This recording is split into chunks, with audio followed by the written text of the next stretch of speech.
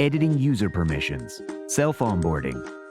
Learn how to customize permissions per role and user within COR so that accesses to information are in line with your business's structure.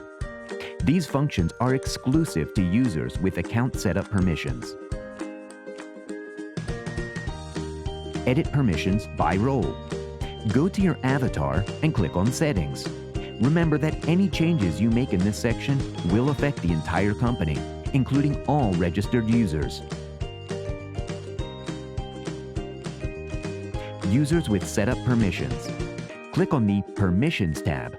Here you will see the 6 types of users: C-level, Director, Project Manager, Collaborator, Freelancer, and Client.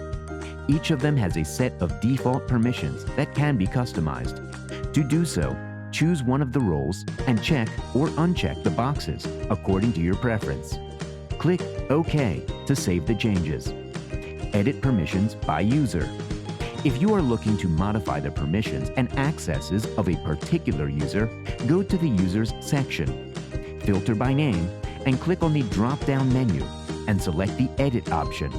Here, you will be able to change the role and permissions of the selected user. Don't forget to click OK to save.